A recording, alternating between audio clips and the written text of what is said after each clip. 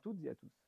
Nous avons vu précédemment comment fonctionnaient donc les fameuses tranches de l'impôt sur le revenu en France, et on a vu quel était l'impact finalement sur vos investissements, qu'ils soient financiers ou immobiliers.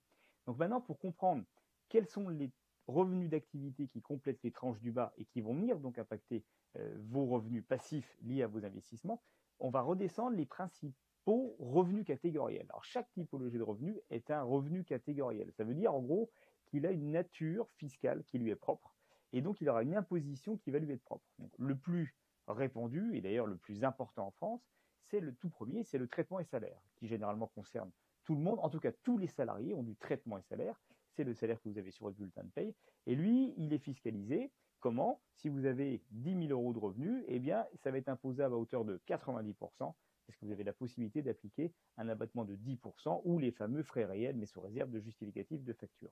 Donc si je gagne finalement 100 000 euros, je vais être imposable sur 90 000 euros, et ces 90 000 euros vont déjà remplir mes tranches du bas. Donc là, dans mon exemple, je vais être sur une tranche à 41% si vous avez suivi les précédents épisodes. Si vous êtes un professionnel, cette fois-ci, vous pouvez être dans une catégorie de type BIC, donc bénéfice industriel et commercial. Ça veut dire que vous avez une activité qui est commerciale, qui est marchande, et vous vendez non pas des services, mais des produits. Et comment ça fonctionne? Là, c'est différent. Vous êtes un professionnel, vous avez un chiffre d'affaires. Ce chiffre d'affaires, c'est ce que vous encaissez, hein, c'est ce qui rentre. Vous avez des charges, et la différence entre le chiffre d'affaires moins les charges forme un résultat. Ce résultat peut être bénéficiaire comme déficitaire, donc en plus ou en moins.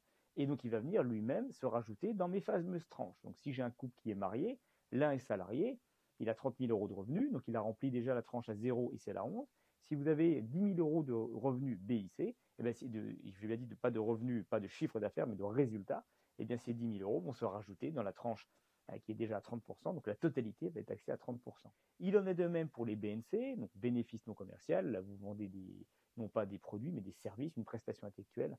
Un médecin, par exemple, est BNC, un avocat est BNC, un consultant est BNC.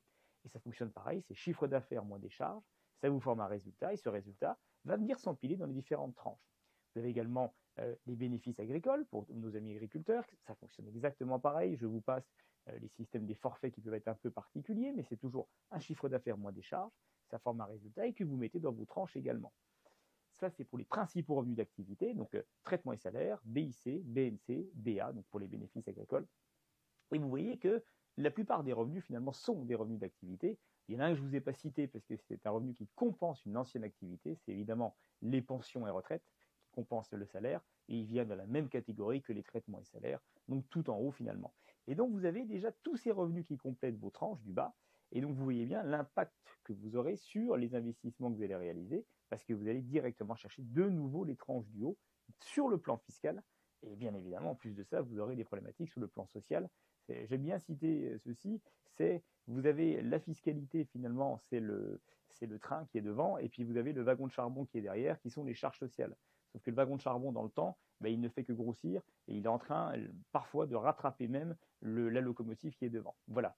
Donc on verra dans le prochain épisode comment fonctionnent les revenus dits passifs, donc les revenus d'investissement, et comment eux vont être fiscalisés, même si vous vous en doutez déjà maintenant, mais plutôt de dire, est-ce qu'il n'y a pas des échappatoires, est-ce qu'il n'y a pas des options pour éviter que mes revenus d'investissement, plutôt que de prendre les tranches du haut, puissent avoir une fiscalité proportionnelle, donc ça veut dire 10%, 20% ou 30%, ou sortir finalement de cette imposition à l'impôt sur le revenu en mettant par exemple un véhicule juridique de manière interposée.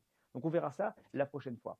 Je vous remercie pour votre attention et votre écoute, et n'hésitez pas toujours à me poser toutes les questions que vous souhaitez sur l'email qui s'affiche à la fin ou directement sur le fil d'actualité. Je vous remercie.